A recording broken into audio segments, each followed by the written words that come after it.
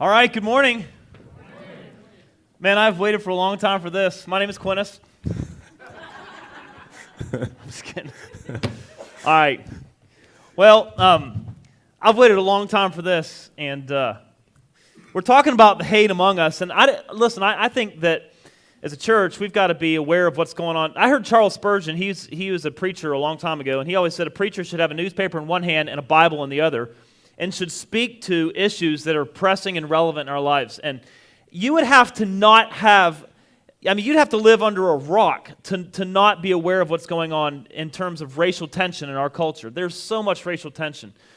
And I don't know, about 3 years ago, Quinest and I, 3 or 4 years ago. About 3 years, yeah. 3 years.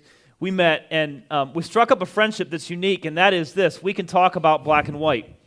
And we're like, I said I wasn't going to say this, but it just seems appropriate. We're like a couple of girls when we get together. Let me explain. Come on, man. Right. I mean, we talk, and we're like, we always tell our wives, we're like, we'll be home at 4, and like 5 o'clock, we're like, oh crap, it's 5 o'clock, we got to go. And so we just talk and talk. But I love Quinest, and in fact, I trust him so much. He is on our financial team here at our church. He also is the instructor for the Financial Peace University that we teach. Anytime I have a financial decision to make, there's 3 people that I call. One is my father, the other is Quinest, and another is a lady who also serves here on our finance team. So I have a tremendous amount of respect for Quinest, and over the years he's given me permission to ask anything about like what it's like to be a black man, because the truth is, I don't know. I'm a white, heterosexual, conservative man, and what I've learned over the last few years is that the more I ask, the more I learn. And a few years ago, I'm going to let you talk in a minute, I'm sorry, man. Oh, go ahead. All right. A couple years ago, we did a series about being a homosexual man. And I am not a homosexual man. I have no clue. I'm a heterosexual man. I'm a white, conservative, heterosexual man. So, you know what I found is I spent a lot of time I met a lot of gay men, a lot of gay women, and I just spent time asking questions and listening.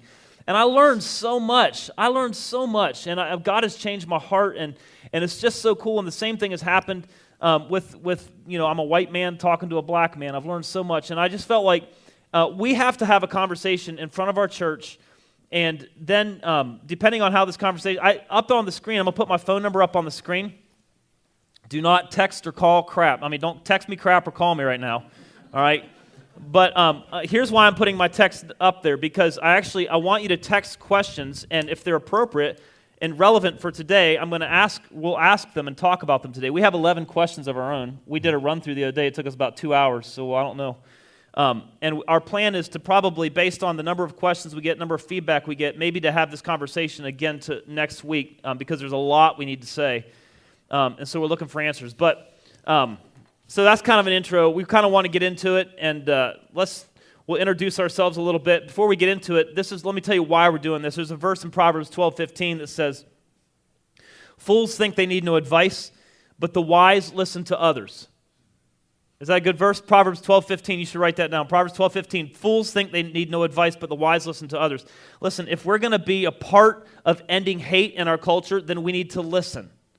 Fools say, I know what to do. I don't need any input from the outside. That's foolishness, according to Scripture. A wise man will listen. And I hope today that all of us will open up our hearts and learn and listen. And then Stephen Covey, in his book, The 7 Habits of Highly Effective People, he said, in principle number 5, he said, "Seek first to understand, then to be understood." And I think if we listen, we will learn a lot. And our prayer is, one of the things we say a lot at C180 is, we want to be a place where Sunday looks like Monday, right? My kids go to school. In fact, my kids had friends over the other night, and all their little friends were little black girls in my house. And it was a beautiful and wonderful thing.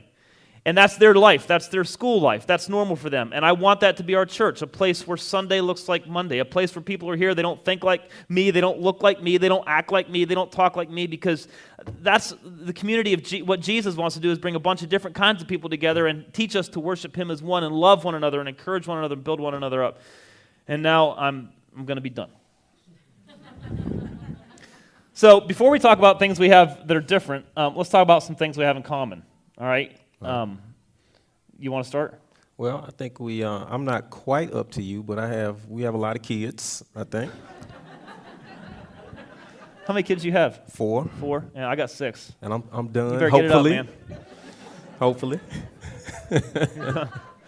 I think probably both of our wives were a little nervous today. Absolutely. Okay. I told Sherry some of the things I had planned to say. She's like, "Oh, don't say that." So we'll see if it happens. I don't know. So we're both dads. Yeah. What else? You already said we talk a lot. I disagree with the girl thing, but that's how you want to do it. We can do it that way. I'm excited about gas prices being pretty low. Absolutely. Right. Well, this is kind of funny. A few years ago, it was a long time ago, actually. I was I don't know, it was probably 7. And we had a neighbor who was a black man, and he had a swimming pool, and we were talking to him, and my sister said, "Oh, that's a great way to get a suntan." I was like, "Oh, no! Like, black men don't get suntans." And then I've realized since then that that's another thing that we have in common. You can get a sunburn, right? I absolutely can get a sunburn. It's it's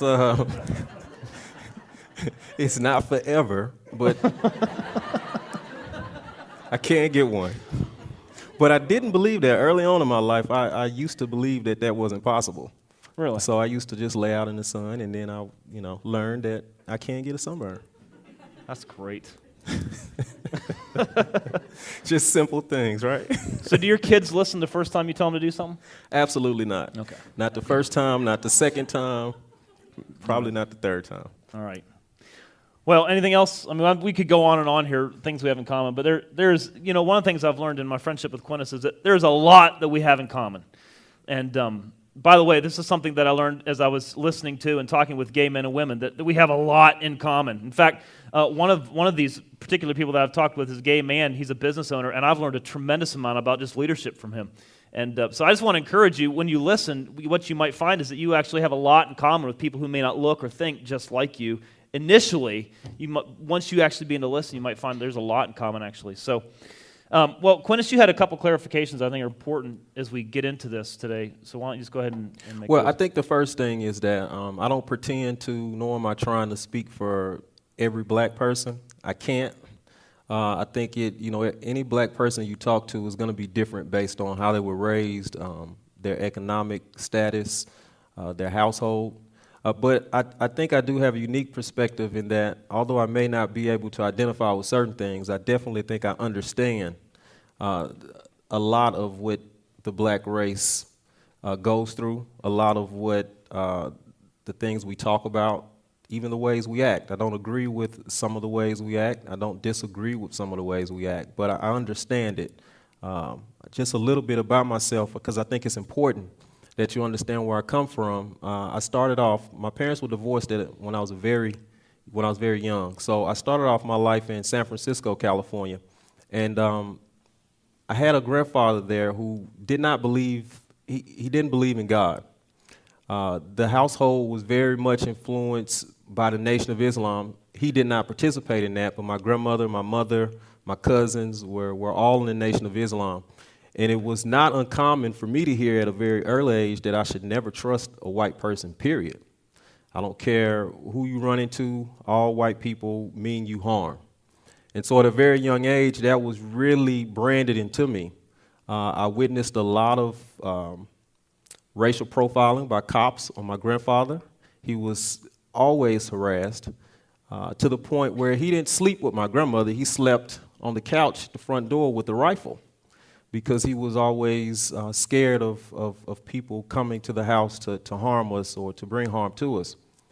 So that was a very, I guess, formative period. And, I was 7 years old. So as a little boy looking at that thing, it really formed a lot of my opinions early on. Now, when I was 7, I got sent to stay with my dad in Memphis, Tennessee. And that was a whole different scene. Memphis, Tennessee is the place where Martin Luther King was assassinated. So that cloud hung over that city then. It still remains to hang over that city. But I was under a different family dynamic there. My grandfather was a Southern Baptist preacher. Christianity was very much a part of our household. And so I learned a different set of acceptance and loving and interaction with people. I did not grow up as a poor person. We grew up from a middle class, middle-class household. I went to schools in bad neighborhoods. I grew up in bad neighborhoods. I played with the drug dealers. I played with the people who ended up doing very well in life. So I don't pretend to be someone who's from the hood, per se. You know, a lot of black people say I'm from the hood. I grew up in the hood, but I'm not from that. I really can't speak to that. But I think it's important for you to understand where I come from. I continued on. I went to University of Memphis. I got an MBA. I spent 12 years in corporate America in the paper industry, which is a predominant white based industry. When I went to sit into board meetings and things, I didn't see anybody who looked like me. So I have a very unique perspective, I think, both sides of the track, and I hope that I'm able to represent my race today in this conversation as well as I could. But I don't speak for everybody, but hopefully I can lead some insight into some of the things that plague this racial environment. Cool. Excuse me, you actually, we've talked about this a little bit, that sometimes economics may be actually a bigger dividing line than race. You want to talk to that just a little bit? And then I actually have some questions. And if you guys have questions, I want you to text them in. And if we don't get them in today, we'll get some kind of answer for your questions, okay? Yeah, I think economics plays even more, probably the predominant role in this. I think that depending on how much exposure you've had and how mature you are, sometimes you don't realize that. As a young man, I didn't realize that. There was a point in my life where everything was about race to me. If I didn't get a promotion, if someone looked at me funny, if someone treated me funny, I thought it was race. But I think as you get older or even you get more exposed, you start to see that it has a little bit to do with it, but it's really more about economics.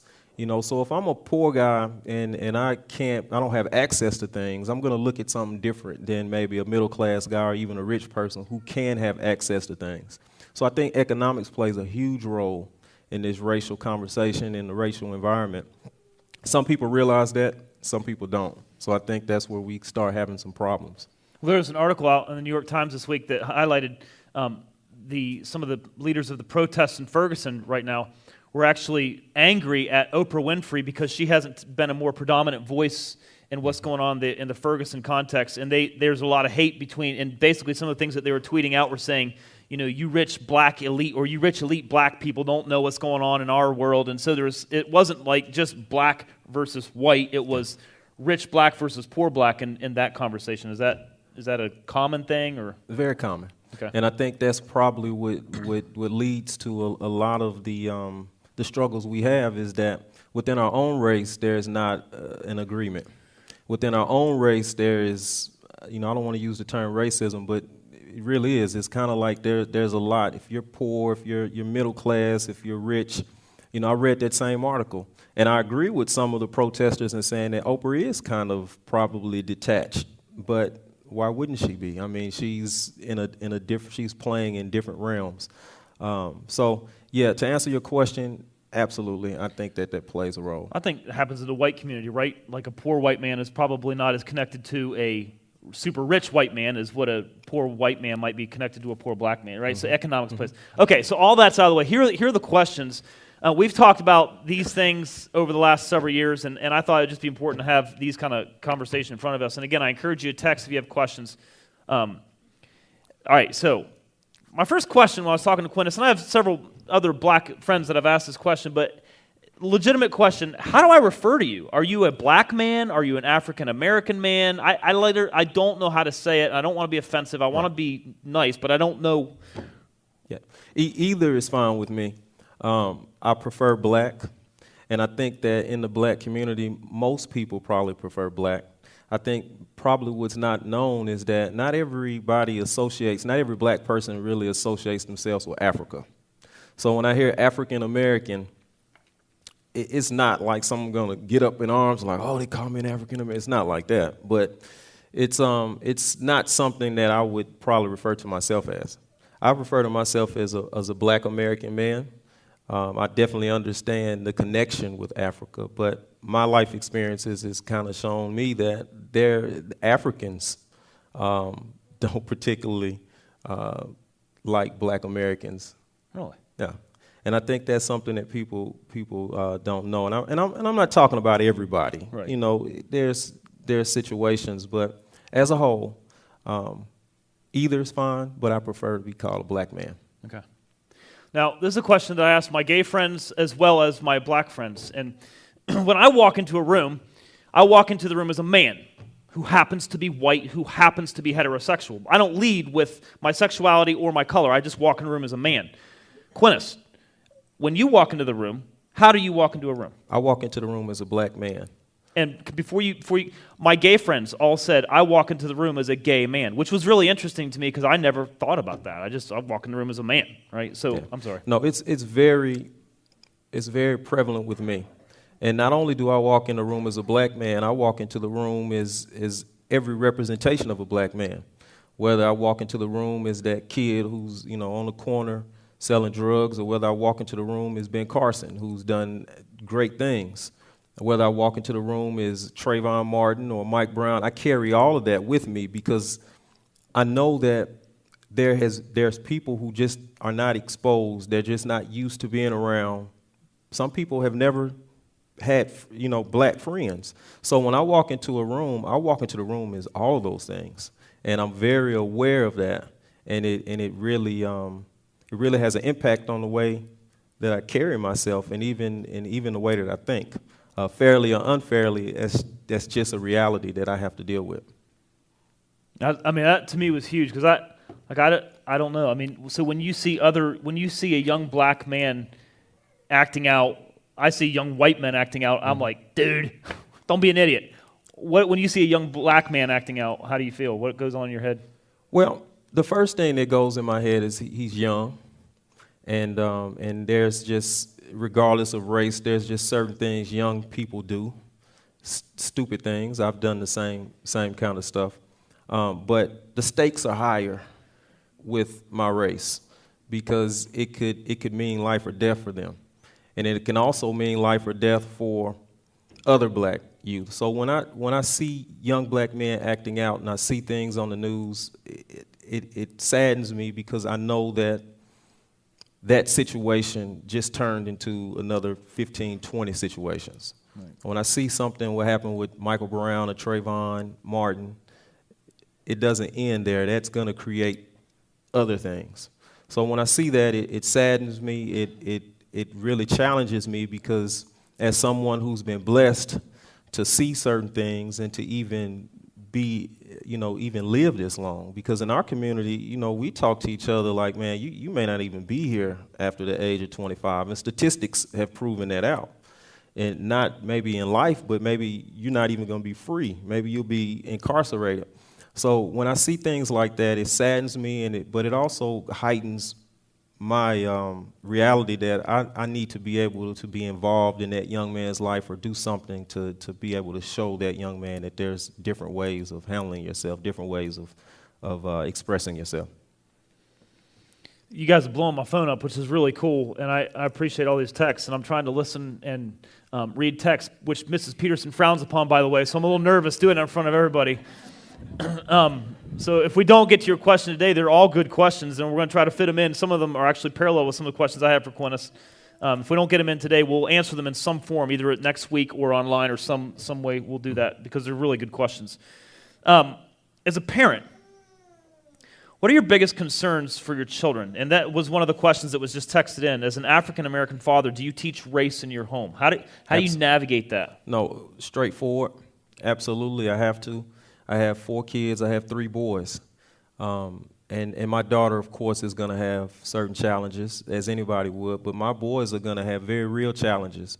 You have to understand that I've witnessed, you know, people's reaction to my oldest when he was my youngest age, to when he was 7 and 8, to when he's 11 and 12. And it's very different now that he's 16. And so we address it very straightforward because the reality is there's people out there that will harm him for something that may not require that type of a reaction. And so we talk to him at a very early age that your behavior is paramount. the way that you respond to people, the way that you talk to people, the way that you talk to authority is very important. And it may not be right, but you have to understand the situation. And you have to be humble enough and understand things enough that sometimes you just need to be quiet and be responsive so that you can get out of a situation. And I hate that because I know that type of attitude as you get older does not beget success sometimes, when the passive type of behavior. But we have to teach that as a matter of survival sometimes, right or wrong. And I hope we can move away from that. But every time I think we have a year like we had last year. And so it's very, it's something that's always front and center. It affects the way I raise my boys. It affects our relationships because I have to be a little bit harder and a little bit sterner with them than maybe I want to be. You know, I would love to be just this loving, soft-spoken parent, but I can't be, man, because when he gets out there away from me, he has to understand the dangers that face him. And it impacted the way I was raised.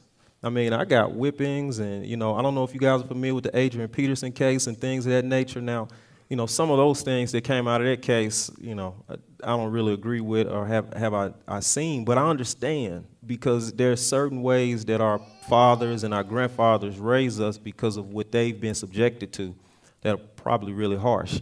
And the predominant thing in our household was, I'm going to beat you before the police beat you. Because if I beat you, I'm going to beat you out of love. If the police get you, it's going to be something else. So it really impacts our household and impacts me as a father and impacts our boys, and it will impact him. Because as he has kids, he will probably imply some of those same things. So I'm hoping, man, that, and I appreciate, and I didn't say it at first, I thank you and Church 180's leadership for having this conversation because it's important, man. We got to break this cycle at some point. I had lunch on Friday with a 17-year-old, and I knew him since he was 12. His sister used to babysit our kids, and he's been in my home, and I've been in his home, and we were friends, and he's 17 now. And we've been in touch on Facebook, and I asked him, he's a young black man, 17-year-old black man. I asked him if we could have lunch, and I asked him some of these same questions, and he said, and this is for me, it's another world, right? And this is me seeking to understand before I seek to be understood. And sometimes I come in with my white worldview, and it's hard for me to understand another worldview. But if I listen, I'm learning a lot. And so I asked him, I said, you know, what's it like to be a young black man in our culture? And he said, if you and I were to walk into Dick's Sporting Goods, we would be treated different. He said, as soon as I walk in, security lets me know they see me.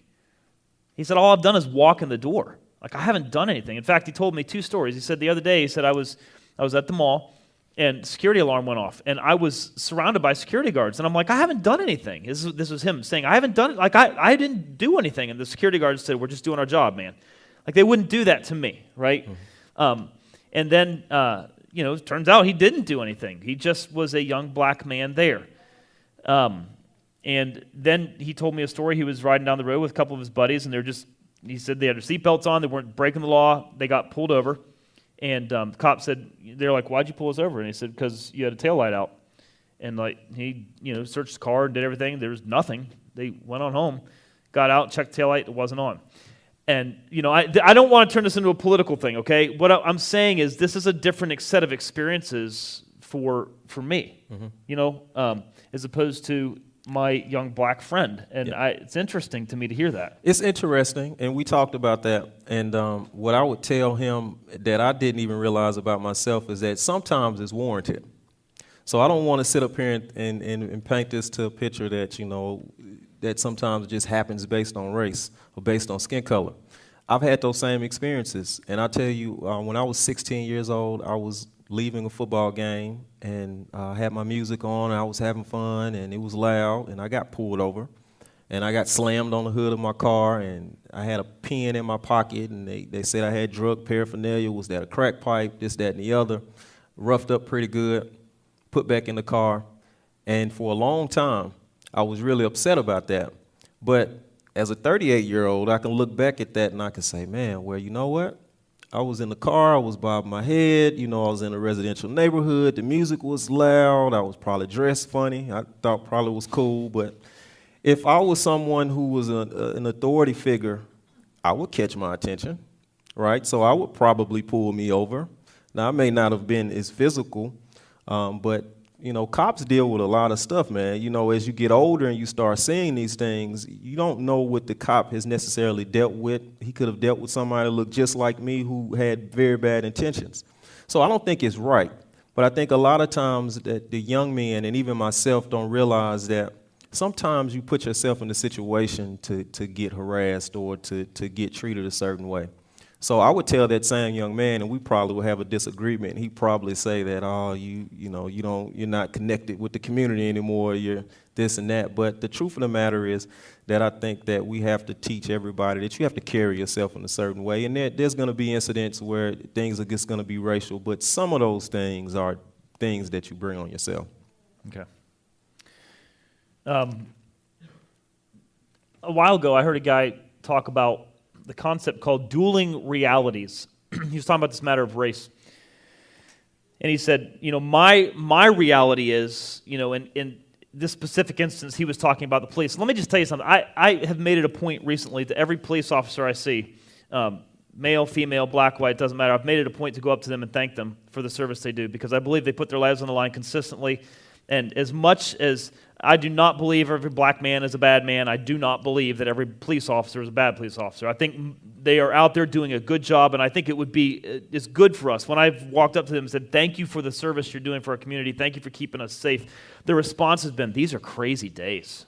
It's good to thank them, but so please don't misinterpret what we're saying here. But this gentleman said, my experience has been, particularly with the police, he said, when I see a police, it's not a bad thing. Like if I see them in my neighborhood, I'll stop, I'll roll down my window and chat with them. And they're probably like, hiding away. It's the end of the shift and they're trying to like stay out of the way so they don't get on a call.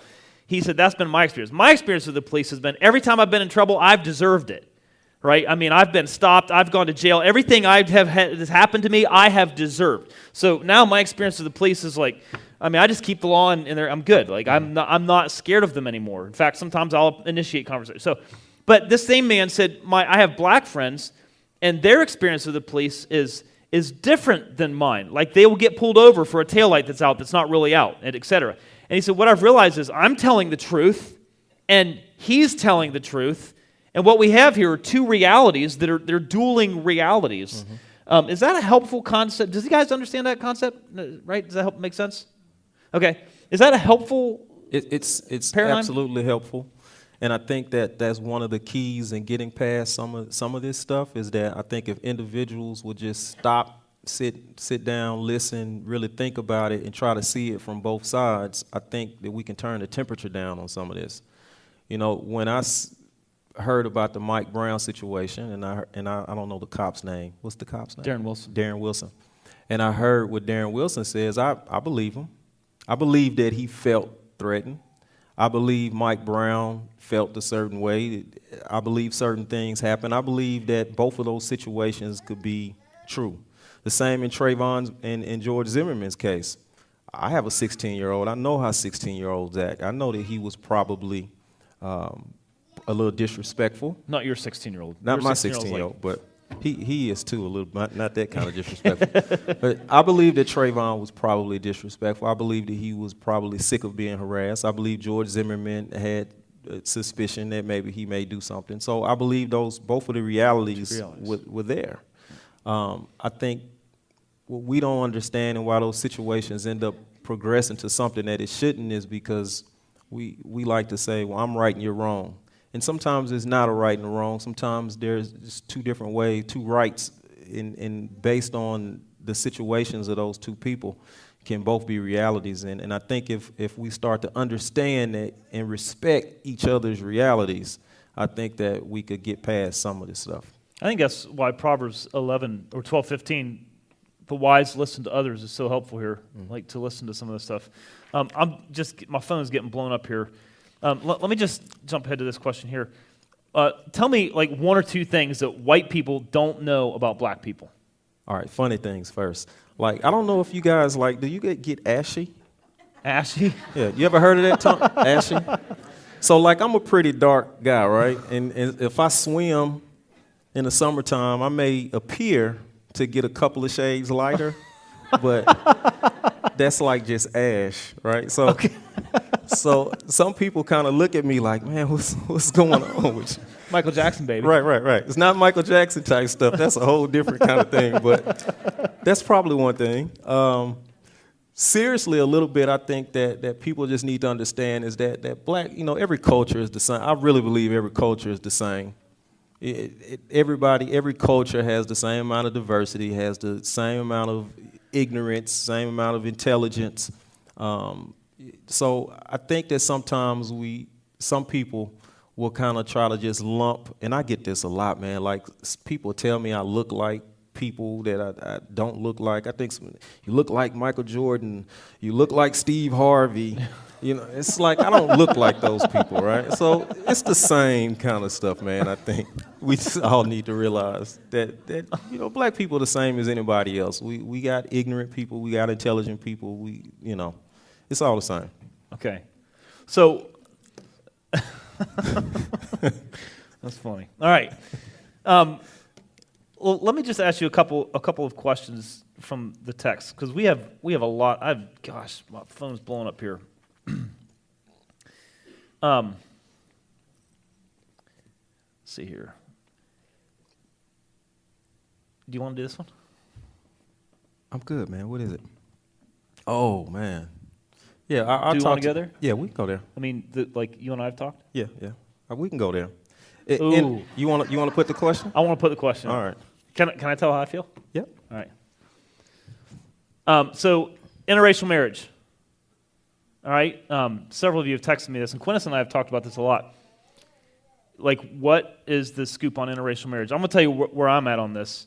If my daughter walked through the door with Quinest's son, I would be a very happy man. Because in my opinion, and I have theological reasons for this, so if you disagree with me, you better pull out your Bible, because I have my Bible reasons for feeling this way. So you're free to disagree, but don't come at me with your opinions. Come at me with the Word of God, because that's what I base my belief on anyways. So don't mean to be arrogant. That did sound a little arrogant, but I have thought it through. In my opinion, what needs to happen is for a young man who dates my daughter, he needs to honor God. You're not the biggest man in the room. I don't care what color you are. You're not the biggest man in the room. There's someone higher than you who has more authority than you, is more significant than you, and he's honor God, okay? Number 2, treat the girl with respect. You treat my girl with disrespect, I don't care if you're white, Latino, black, you're going to find a one-way trip out of my house with my foot up your rear, all right? Don't treat my daughter with disrespect. Number 3, have a job. You're not going to date my daughter and live in my house, right? So if you do those 3 things, like honor God, treat my daughter with respect, be a man, have some responsibility, assume personal responsibility, have a job, right? You do those 3 things, and I've watched Quinest and Heather raise their sons, and I just said, if any of her, well, your 16-year-old, that'd be a little odd, yeah. But but those kind of young men, but your young man like your son walks through my house, I would not bat an eye. I would give him a high five, and I would welcome him into my home. And Sherry and I have felt this way for a long time, and I do have scriptural reasons. I'm actually going to give them to you. Probably not going to get there today, but that's where I'm at on it. All right. You're up, buddy. I don't have a problem with interracial marriage at all. I really think at the end of the day, it just comes down to 2 people being, loving each other and making that commitment and honoring that commitment. And so if any 2 people can do that, I think it's great. As a father, I have a lot of concerns about interracial dating. I have huge concerns of my boys dating outside of their race, because I don't want them to put themselves in a situation of hate. So it's very real to me that if my son decides to go out with a white girl or Asian girl or an Indian girl, and they get in a situation and approach and encounter people who don't like that, I don't want their safety to be compromised because of that. My daughter is a total different situation, and I think that's just a typical father thing, where I would feel a little bit more comfortable that my sons could at least handle certain things. I don't feel as comfortable that my girl could handle certain situations. And so it really gives me pause, and I'll be honest with you. I don't know if I would accept it outright without really talking to that young man and understanding his intentions and whether he was up to the task of protecting my daughter if it came to that. But some of the things I see, man, makes me wonder if anybody can protect from those types of situations. So that's where I have not a problem with it, but the really, really big concern with it. This is why I love talking with Quinest. I love like this honesty, dude. Thank you. And we've talked about this, and we're like, we probably won't talk about that. And then everybody keeps texting that question. So, but yeah, I think it's a thoughtful response. Yeah. And I think as a daddy, I too would feel like, you know, any young man that comes to my door with my daughters, I'm going to be really aggressive. Well, that's not the right word. I want to be proactive, Right. and find out that you have her best intentions in my heart, you know. And I think. So this is another question that keeps coming through. And if you say no to it, nobody knows. I'm not going to say no to anything. We can talk about it. Let's do it. Let's talk. Is the frequent use of the N-word in today's culture offensive to you, or does it bring out a different emotion? Can I tell you something? Right? Go ahead. I mean, I asked this 17-year-old boy this the other day. You're not going to use the word, are you? No, I don't think so. No, okay. Right? I mean, it's like the F word. You can't say that, can you? I don't know.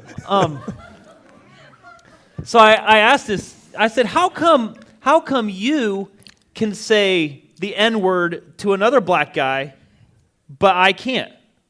Right? I don't ever say that word. I mean, to me, it's just I don't ever say that word. And he said, there's a difference. I'm like, what? He said the word that ends with GGA is like, what's up, homeboy, or what's up, dude, or what's up, is different than GGR, GGER. Yeah. I mean, everybody knows where we're going with that, right? So, "ga" is different than "gur." Is that right? It's right. Is it really? It is right.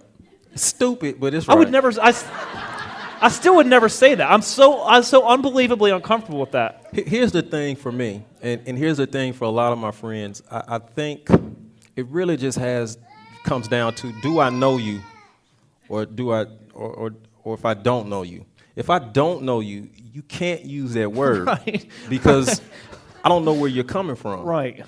And if I know you and it's said in a hateful manner, you can't use that word.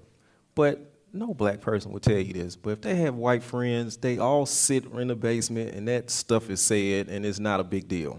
You know, like Eminem Right. says it all the time. Who's Eminem? Eminem's a I'm rapper. kidding you. I know who he is. Rapper guy. Say that stuff all the time. Right. You know, it's to me, it's just more of do I know what your intentions are in using that word? I think in the black community, we just kind of use it to just kind of disarm it a little bit, to kind of make it not so hurtful. But I got a funny story, and I don't know how much time we got. I have a neighbor, and I won't say which neighbor, but he's white guy. And we were under our house. He was helping me like do something with the sprinkler system.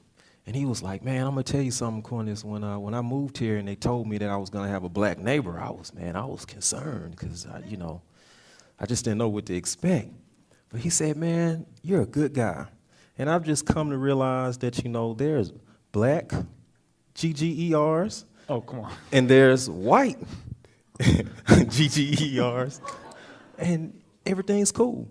And so I sat there, and it was funny to me, because that kind of stuff is just kind of funny to me. And I was like, man, should I hit him? Like, am I required? To hit him? Or can I just laugh at it? But it was funny to me because, it came from a place of honesty. Right. And some people just don't know, man. And unfortunately, those words, as other words, right, there's other racial words used for different cultures, comes from a place of hate. And I think that's really, where you really get the venom that goes along with those words. I've never found, like, when I ask a genuine, honest question, like, I really don't. I went up to a guy once and said, look, I don't mean to be offensive here. I just have an honest question. Why do you wear your pants halfway down your butt? I don't understand that. Dude, I hate that, man. Look, that is something. No, I wasn't. But he answered me. He gave me, because I was did he say? genuinely interested. He said, well, it's just kind of like a style thing in my community. And so, I pulled my pants down and walked away. I'm kidding. I didn't. Yeah. Oh, stupid. I want to dress. I hate that thing. Like, I get it. Like, I'm a little guy. So, like, I don't like skinny jeans. And so sometimes, if they are a little too tight in the leg, and maybe pull them down a little bit, but some of the stuff I'm seeing, man, is just kind of ridiculous. And a lot of people in the black community hate that stuff. But Really? yeah, they hate it, absolutely despise it because it's ridiculous looking. I mean, you've seen some guys, man, like the pants are down to their knees Right. almost, and it's showing underwear and that kind of stuff. I personally hate it, and all of my friends. Is that an personally hate age it. thing, by the way? I mean, is it just It's like not the a- older you get? Like I'm finding the older I get, like the younger people, I'm like, why do you listen to that music? Why It's do you a- wear those clothes? Like my dad used to do to me, and now I'm finding I do to the next. Is that just I 'cause thought you're it was older? an age thing, but it's not. Like if I go back home to Memphis, I'll see 50-year-old dudes doing that stuff. So here's what I think it is. It's kind of a code, right? So like if I walk to the neighborhood store when I go back home, they know that I'm not a certain type of a guy, right? What So do you mean? they know that I'm not part of whatever life they're a part of. So they know to be suspicious. They know to watch me. They know to kind of check me out to see, are you a cop? Are you, you this and that? So I don't know this. This is just my personal opinion. But when I see 50-year-old guys sagging their pants like that, I think it's just kind of more of a neighborhood, not culture in the global sense of the word culture, but just the little micro cultures. I think it's just, if you're into certain things, that's just the way you dress. Okay, that makes sense. I think we do that a little bit in the white community as well. Really? I think so. Like what? Like preppy. I mean, you can Preppy? you can have like a beard, or Uh-huh. like certain kind of shoes, or certain kind of T-shirts. The facial hair? Are you Like mocking when me? I was in corporate all the time, like my boss would get mad at me if I had this. Right. Or like he didn't like for me to have like a T-shirt on underneath my shirt. Is that kind of a race thing? I don't think so, man. Oh, okay. I just had some questions too. It's a white T-shirt, so I don't know. All right, so it's 11:15. What time do we usually get out of here? Joe, tell me what time do we usually get out of here? Now? All right, so here's what we're going to do. We have so much to say, and we haven't even talked much about Scripture. And one of the questions I wanted to ask you, too, was our intention as a church is to be a place where Sunday looks like Monday. And that means racial diversity, economic diversity, sexual diversity. I mean, I really want Sunday, this room, to reflect Monday, because I think as I read through the Bible, one of the things I see about Jesus is he was surrounded by all kinds of people from all different walks of life, and I want our church to look like that. Not a bunch of middle-class, white, 30-year-olds. And I love white, middle-class white 30-year-olds because I am one of those people. But I just feel like our church needs to. This is one of the things this is a line in the sand for us. It is one of the hills we've said early on we'll die on is just diversity. And there's so many questions that you guys have sent me. They're just going to be unanswered. But before we go, I think we're actually going to continue this next week. And if we've talked about that a little bit. So I think we'll continue this next week, and we're going to work on getting your questions answered. Let me ask you this, though. There are two more questions. It seems to me I've heard a lot of times black people who connect and engage with white organizations, be it a church or have a lot of white friends or whatever, actually take a lot of heat from the black community. Mm-hmm. Is that true? And if so, why? It's absolutely true. I know why, but I don't know why. And what I mean by that is I know why from the standpoint that usually black people who decide not to interact with white organizations are doing so out of protection. I've had pastors tell me or ask me, why do you go to a white church? A tiger can never change its stripes, which I thought was like, wow, you're a pastor and you say something like that? But it comes from a place of protection where they don't want you to get somewhere it's kind of like what I talked about the kids. They don't want you to get in a situation that's going to be detrimental to you. And they feel that if you associate with someone who may not respect you or respect where you come from, that you can get yourself in a situation that's going to be harmful to you. I don't know why, because it's absolutely idiotic to me to think that you can, or to assume that you shouldn't interact with people that's different from you. And I say this from a place where I am now, but there was we talked about this, Paul. I mean, there was a time when I wouldn't, man. And I would vehemently I just would not come to a white church. I wouldn't interact with white organizations because my experiences at the time was leading me to say, man, every time I put myself in that situation, something unfair happens to me. So I know we're short on time, but that's in a short. Man, I like your honesty is really, I appreciate it. And one of the things we talked about is I told Quinest, I said, you realize like you have more to lose here than I do because you're answering and so I just appreciate you putting it out there and being honest. Talk to me about as a church. I'm 39 years old. I'm a white, conservative, heterosexual man. I don't know how to create diversity. And I think it's one of the things we all wrestle with. Like, how do we create an environment that is diverse, where Sunday does look like Monday? How do we go about doing that? Man, it's easy. I mean, you just have to be genuine like you are. You have to be, if you have a question, ask the question. You know, be respectful, but don't hold your tongue. You know, I've had people come up to me, why do you look so mean? Or why do you look so this? I love that kind of stuff because then we can share things. I think we just got to really love each other. You know, the church, man, not in general, you know, I think one of the greatest commandments is what we love each other. And if we truly love each other, then we have to be able to and respect the open honesty and just respect that sometimes people don't know. And so there's nothing wrong and there's nothing suspicious about somebody asking you something or that's uncomfortable or anything like that. You just address it and you get a common ground. It's okay to disagree. You know, I have people in my family that I love, but I don't necessarily like, and I think that's all right sometimes. So I think the church just needs to continue to be genuine about these things and to really, really love each other. Right. Well, that's cool. Well, I want to honor, one of our goals here is to always beat the Baptist to Mose, so we're going to try to honor that today.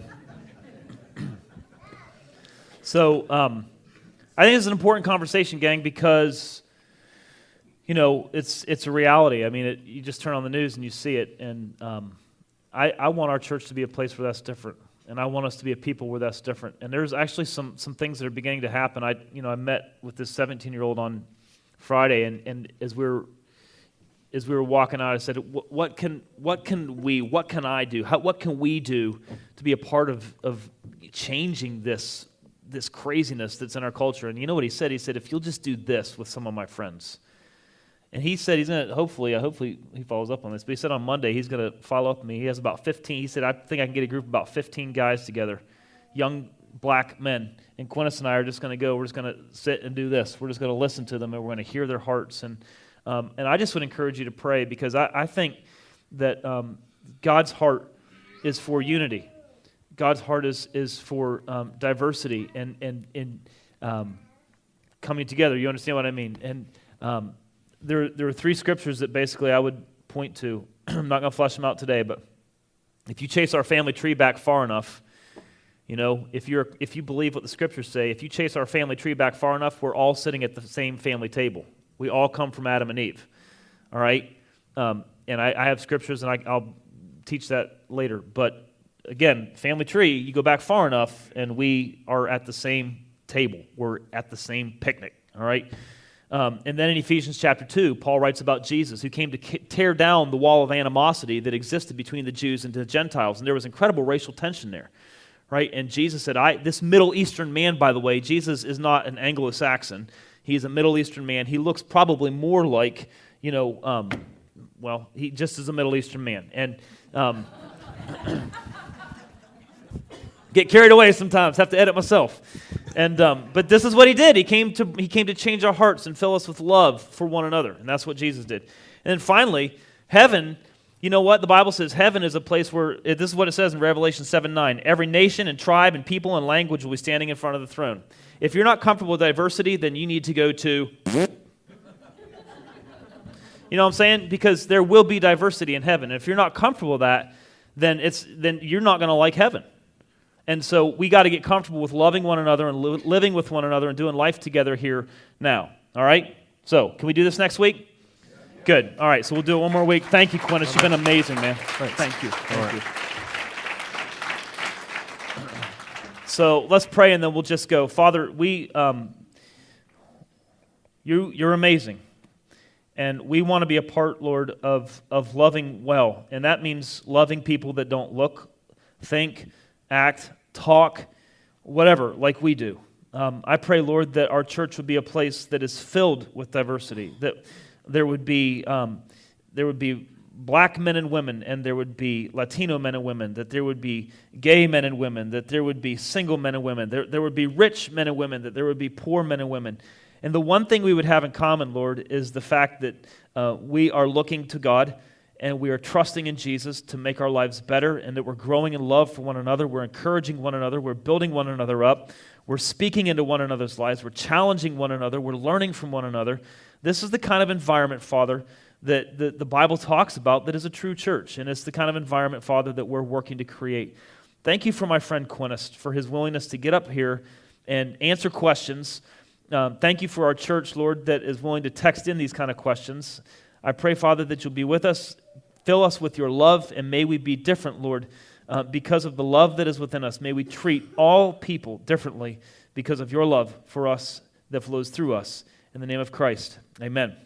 Thank you guys for doing this. See you next week.